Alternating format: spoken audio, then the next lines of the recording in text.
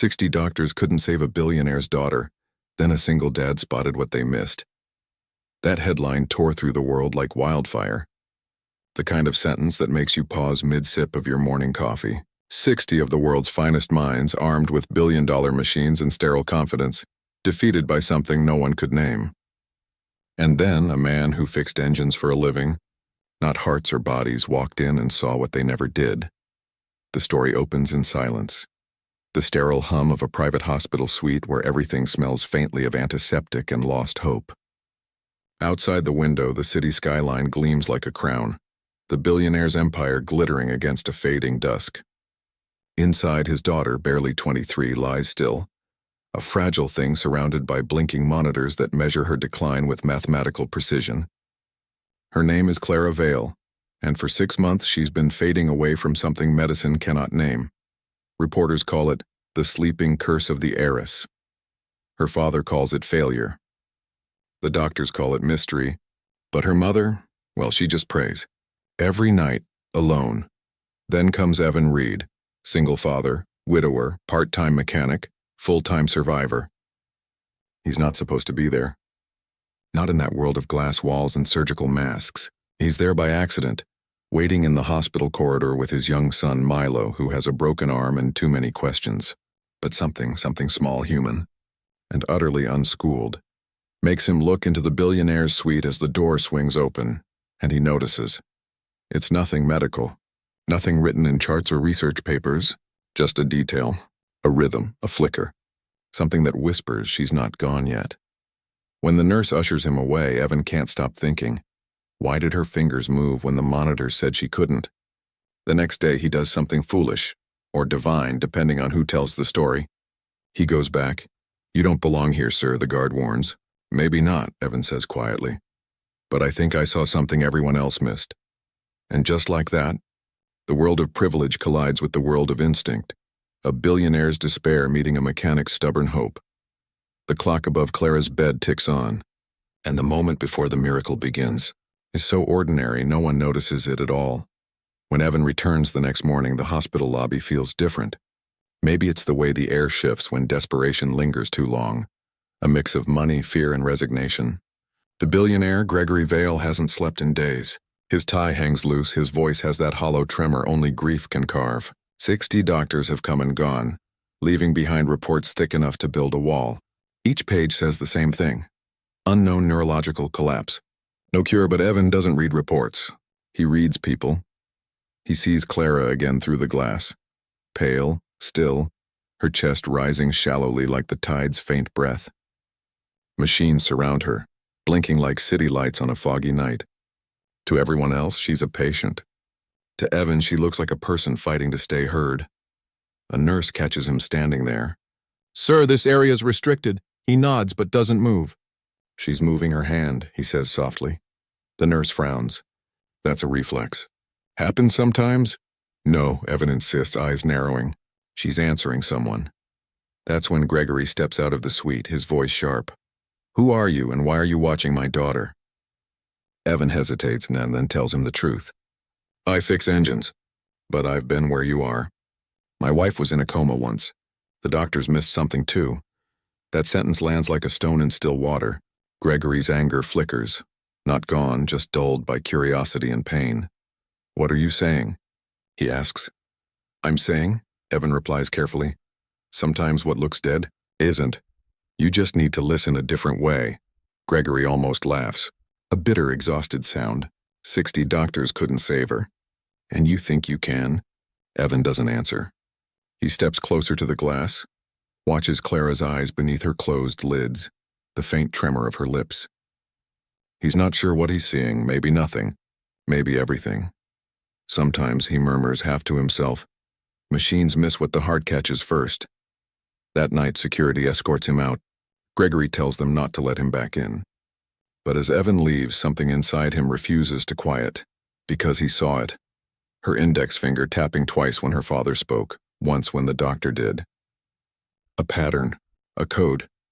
He doesn't know what it means yet, only that it means something, and for the first time in 6 months, Clara Vale is no longer invisible. By morning, the story starts whispering through the hospital halls. the mechanic who challenged 60 doctors. Some laugh, others roll their eyes. In a place built on credentials, intuition is blasphemy. But Evan Reed doesn't care. He returns anyway, a coffee in one hand, his son Milo's crayon drawings in the other. He sits quietly in the waiting area, across from the billionaire's guards who pretend not to watch him. Every few hours he catches glimpses of Clara through the glass. He starts noting the small things, when her breathing shifts, when her eyelashes flutter, when her hand twitches after certain words are spoken. He builds a rhythm in his mind, a map the doctors never bothered to draw. Inside the room, Dr. Harlow, the lead neurologist, lectures Gregory Vale in her cool professional tone. Your daughter's brain is in a persistent vegetative state. You need to prepare for— Enough! Gregory cuts in, his voice cracking. I've heard it 60 times. Say something new or say nothing at all. She stiffens. Mr. Vale, science doesn't bend for grief. Outside the door, Evan mutters no. It bends for truth. A nurse overhears him. Nurse Lena, young, tired, and quietly rebellious. She's seen enough false hope to know better, and enough miracles to not completely dismiss it. That evening, when Gregory finally collapses in his chair, she sneaks Evan inside for 5 minutes. 5 minutes, she says. If he finds you here, I lose my job. Evan nods. His hands tremble slightly as he approaches Clara's bed. He studies her face, the soft flicker under her eyelids, the faint pulse at her temple. Then gently he whispers, Clara, if you can hear me, move your hand. For a moment, nothing. The machines hum indifferently, but then barely visible, her fingers shift. Not a spasm. A choice, Lena gasps. Did you see? I did, Evan whispers. She's in there, the nurse's eyes well up. You have to tell her father. Evan shakes his head. He won't listen, not yet. But she's trying to talk. From that night on, he keeps coming, pretending to wait for someone, then sneaking quick glances at the room. He begins to decode her movements like Morse signals, from a soul trapped between silence and survival. Each tap and twitch builds a story that only he and Clara seem to understand. And though no one believes him yet, hope has entered the building. Hope rarely enters quietly, and it creeps in, disguised as coincidence. It begins on a gray morning, when Evan brings his son Milo to the hospital again. The boy, with his arm in a cast and crayons in his pocket, draws something on the waiting room floor. A little girl lying in bed with lines all around her, and a stick figure standing beside her saying, "Wake up." Lena passes by and smiles. That's sweet, she says. Milo shrugs. She wants to wake up, but everyone's talking too loud for her to hear. Evan looks up sharply. What did you say? Milo blinks, unsure. I don't know. It's what she told me. It's nonsense, right? Just a child's imagination. And yet later that afternoon, Evan sits by Clara's bed again, this time with Lena's quiet blessing, and begins to whisper softly, almost like a father telling a bedtime story. He tells her about the rain outside, about how his son thinks clouds are angels washing windows. He talks because silence feels heavier than words, and then it happens again. Her finger twitches, her lips tremble. I know you hear me, he whispers. You're trying to tell me something. Lena, watching the monitor, sees tiny changes in her heart rhythm, subtle but real. Her pulse responds when you talk, she murmurs. Evan smiles faintly. Then we keep talking. From that day on, the pattern grows. Every time Evan visits, Clara reacts. Sometimes her eyes move beneath their lids. Sometimes a tear escapes. The hospital staff dismiss it as reflex activity, but Lena starts to document it secretly. Times, reactions, even the words Evan uses. Meanwhile, Gregory notices the nurse's new attention and grows suspicious. One night, he confronts her. Why are you wasting time with false hope? Lena steadies herself. Because it's not false anymore. Gregory stares at her, torn between anger and the terrifying possibility she's right. That night, instead of sleeping in his office, he stands by his daughter's bed, and for the first time, he watches instead of waiting. And in the half-light before dawn, Clara's hand moves again, 2 faint taps, like a code only love could interpret.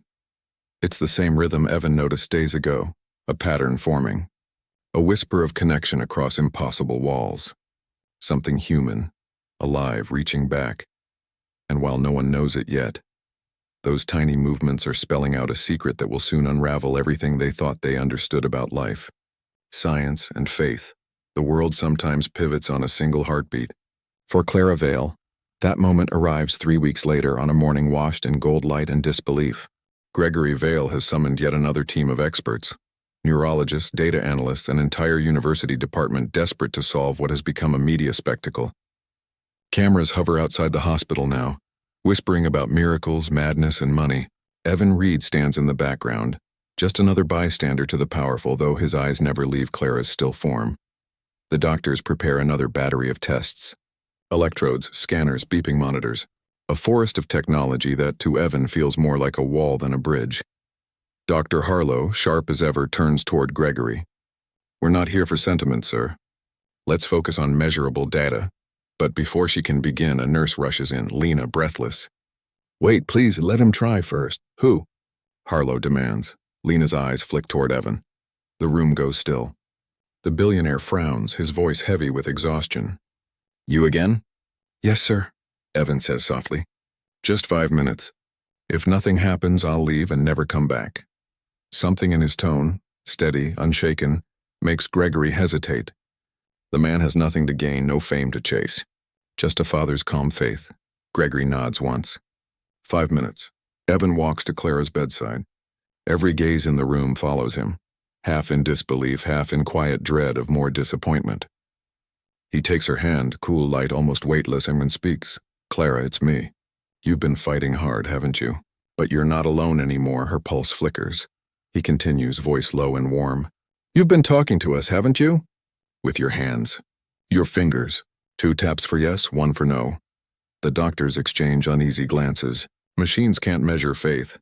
"Let's try," he says, turning slightly to Gregory. "Ask her a question only she can answer." Gregory hesitates, his throat tightening. "Clara, sweetheart, was your mother's ring on your hand when this started?" Silence. Then, 2 faint taps. Gasps ripple through the room. "Coincidence?" Dr. Harlow insists, but her voice trembles. Evan swallows hard. "Clara, can you hear your father's voice right now?" 2 taps, stronger. Lena covers her mouth, tears spilling down. Gregory's knees nearly give out as he grips the rail of her bed. Evan leans closer, whispering, "She's been awake this whole time, trapped." Dr. Harlow stammers, "That's impossible." "No," Evan interrupts gently. "It's human. She's locked in." The words hit like thunder. Locked-in syndrome, the invisible prison of consciousness beneath paralysis. 60 doctors saw coma. Evan saw communication. The room erupts.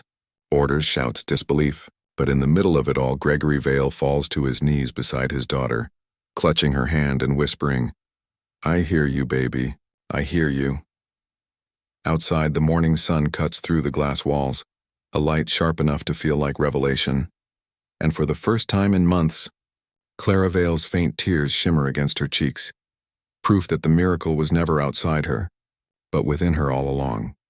The discovery spreads like wildfire, first through the hospital, then across the city, and by week's end, the world. Billionaire's daughter conscious all along. Reporters stake out the parking lot, helicopters circle the roof, and the Vale estate releases a statement calling it a testament to perseverance and medical collaboration. But inside the hospital room, where the air still smells of antiseptic and sleeplessness, the truth feels smaller and quieter, the kind that doesn't need microphones. Evan sits by Clara's bedside each day now. No more sneaking, no more guards. He talks to her the same way he did before anyone believed him, like an old friend. He teaches her son Milo's code. 1 tap for yes, 2 for no. She learns fast. They talk about sunlight, about the sound of rain on tin roofs, about the way silence feels when it's kind. Gregory Vale, once wrapped in power and fury, spends hours just listening. Sometimes he weeps. Sometimes he laughs. Sometimes he just sits with his daughter's hand in his and whispers stories of the little girl who used to chase fireflies barefoot through. The garden before money taught her what it meant to wear shoes. For the doctors, it's a revelation. For Gregory, it's rebirth. For Evan, it's healing. Late one night, long after visiting hours, he lingers in the doorway, watching father and daughter communicate in their quiet rhythm of taps and tears. Lena stands beside him, arms crossed, smiling softly. "You know," she says, "if this were a movie, this would be the part where they say you saved her." Evan shakes his head. She saved herself. I just paid attention. But the transformation isn't just Clara's, it's Gregory's. The billionaire who once measured time in profits now counts it in breaths. The man who built empires now kneels to read the movement of his daughter's fingers as though it's scripture. He funds a new research wing, not under his name, but hers. The Clara Vale Institute for Consciousness Recovery. On the day she's moved from ICU to rehabilitation, Evan comes to say goodbye. He's not wearing his oil-stained jacket today, just a clean white shirt and the look of a man who finally understands peace. Gregory clasps his hand, the grip firm, grateful. You taught me that sometimes the answer doesn't come from the experts, he says. It comes from those who still know how to see. Evan smiles faintly. You didn't need 60 doctors. You needed a father who believed she was still in there. Before leaving, he places something small on her bedside table. Milo's drawing. The one of the girl in bed and the man beside her saying, "Wake up." Weeks later, when Clara blinks for the first time, truly awake, that same drawing hangs framed beside her bed, a reminder that salvation can come dressed in overalls, smelling faintly of motor oil, carrying nothing but faith. The billionaire's daughter, the mechanic, and the miracle, forever linked by the simplest act in the world, listening. Months later, long after the cameras have gone quiet and the headlines have faded into digital dust, the Vale estate hosts a small gathering, not a press event, not a celebration, just a quiet dinner under a string of warm lights in the hospital garden. The sound of rustling trees replaces applause. Clara sits in a wheelchair by her father's side, her eyes bright, her voice still fragile but unmistakably hers. Do you know the strangest part? She says softly, looking at Evan. When I was trapped in there, I could hear everything. The machines, the footsteps, the whispers. But yours was the only voice that didn't sound afraid. Evan smiles gently. I wasn't talking to a patient, Clara. I was talking to a person. Gregory places his hand over his daughter's. And I spent months trying to buy miracles when all I needed was faith. The group falls into a warm silence. Fireflies drift through the air like glowing punctuation marks. It's a quiet epilogue to a story that once began with panic and headlines, now ending with stillness and gratitude. In the distance, Milo chases one of the fireflies, laughing, his cast finally gone. Clara watches him and whispers, "He reminds me of how life feels when you stop trying to control it." Evan nods. That's the secret, isn't it? You fix engines by understanding how they're built, but you fix people by understanding how they break. Gregory exhales slowly, the kind of sigh that sounds like a man finally forgiving himself. He looks to Evan, then to his daughter. I used to think power meant never needing help.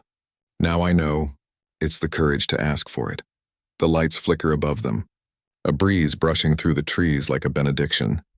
The screen fades to black, and Clara's voice lingers, steady now, filled with quiet strength. If someone you love stops answering, don't stop talking. They might just be waiting for you to listen. We live in a world that moves too fast to notice small miracles. This story reminds us that kindness and attention can heal where science falters. Never underestimate the quiet power of compassion. It sees what the eye misses. If this story touched you, share it with someone who's forgotten to believe in second chances. And tell me in the comments, what's one moment in your life when listening changed everything?